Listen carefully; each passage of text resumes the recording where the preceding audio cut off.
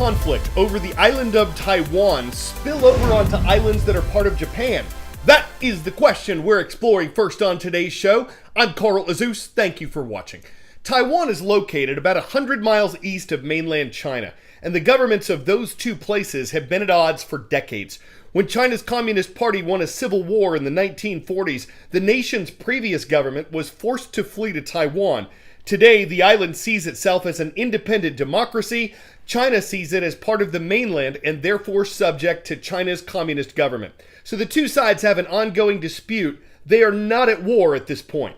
But after Russia invaded Ukraine on February 24th, some experts have said China might be considering a similar operation in Taiwan.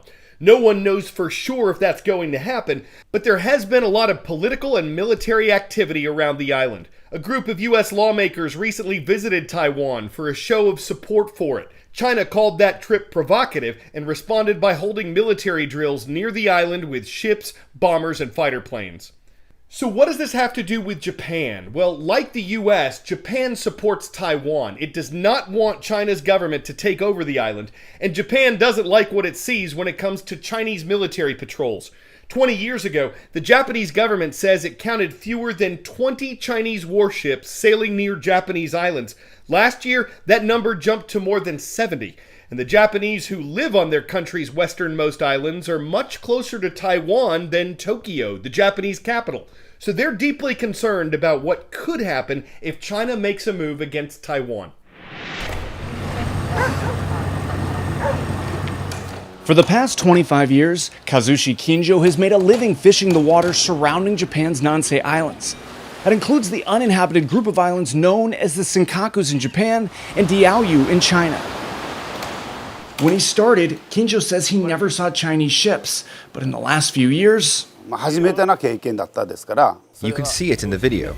The bow of one of their ships was pointed straight at us, and they were chasing us. Dangerous encounters, specifically around the contested Senkaku Islands, that Kinjo says are guaranteed.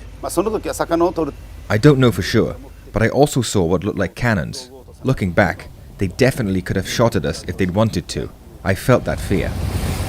In response to CNN, China's Ministry of Foreign Affairs says it's carrying out law enforcement duties in its territory. But it's not just the Chinese Coast Guard trolling these contested waters. Japanese and senior U.S. defense officials say Chinese warships are routinely patrolling Japanese territorial waters and the waters near Taiwan. And according to one of the men in charge with defending Japan, that increased activity isn't limited to the sea. From where I'm walking on the shores of Japan's Yonaguni Island, the east coast of Taiwan is only 110 kilometers away. It's so close that on a clear day, you can actually see it. It's this stretch of water. It's been viewed as a potential battleground if China invades Taiwan. It's that close proximity that has Japanese officials claiming Taiwan's peace and stability is directly connected to Japan's. A security threat amplified by the ongoing nuclear threat posed by North Korea, and a growing fear that China may try to take control of land the Japanese government claims is inherently theirs. Japan's territorial sovereignty extends to the Nansei Islands, and I'm afraid that may be infringed in the future. It's for those reasons that General Yoshihide Yoshida says defending the Nansei Islands is a top priority. The Nansei Islands consist of these 198 islands. Since 2016, in a clear departure from Japan's post-World War II pacifism, Japan's self-defense force has increased its footprint, building bases on Amami-Oshima, Miyakojima, and Yonaguni. Ishigaki is next. How confident are you in Japan's ability to defend itself? We are enhancing our capabilities, but our competitors are also enhancing their capabilities at an extremely fast pace. It will be very difficult to maintain our deterrence and response capabilities unless we further increase our military capacity. Back on Yonaguni, the Russian invasion of Ukraine is sparking fears that China could be emboldened to act off Japan's shores. The people are terrified of the situation that's happening. I think that the Senkaku issue and the Taiwan contingency are similar to the Ukrainian issue. I have a strong sense of crisis, that this island will eventually cease to be Japan. But in the face of geopolitical concerns well out of his control, Kinjo and his crew do what they know. They prepare for another day at sea. Blake Essig, CNN, Yonaguni, Japan. 10-second trivia. Which of these airlines was founded first? Southwest, Spirit, Frontier, or JetBlue?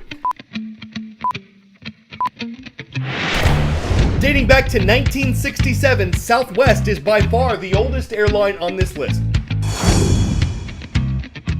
As demand for airline travel increases this summer, along with ticket prices, one challenge airlines are facing is pilot fatigue. An Airline Pilots Association says that's the #1 safety threat for Southwest Airlines, but that's not the only company whose employees say they're exhausted.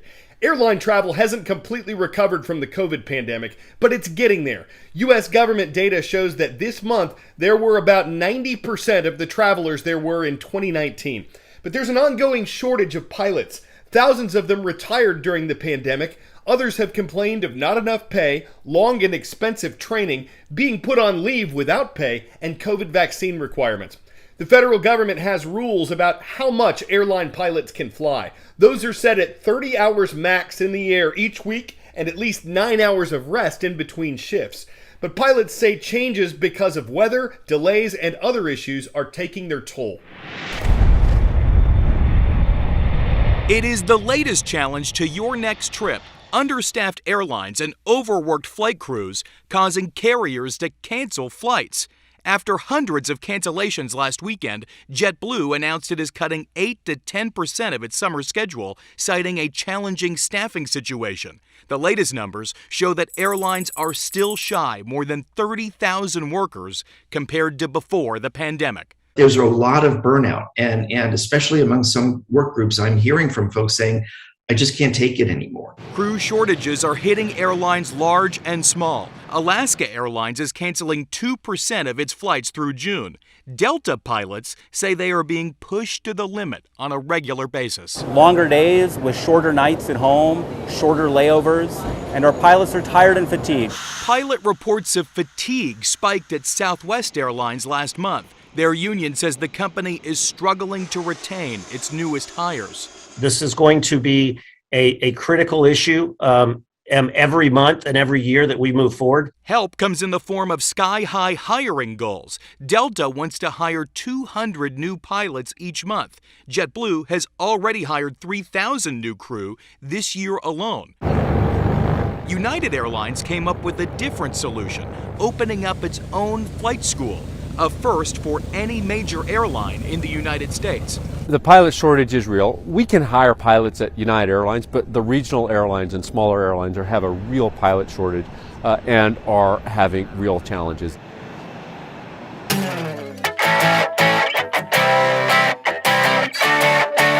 For 10 out of 10, Toby Keith is the oldest dog in the world. That's not a knock on the country singer. Toby Keith is also the name of a Chihuahua, this Chihuahua, which Guinness World Records says is the oldest canine alive. He was adopted from a shelter a few months after he was born on January 9th, 2001, which means Toby Keith recently celebrated his 21st birthday, and he's said to be in good health, though he spends a lot of time sleeping. When that dog growls at the door, you better let the old man in. He's probably thinking, how do you like me now? Every dog has its day. I'm unleashed and I want to talk about me. Don't pull my chain. I was made in America longer ago than any other, and I never thought I should have been a cowboy.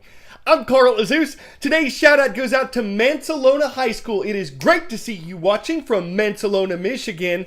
Our YouTube channel at youtube.com/CNN10 is the only place we look for shout out schools.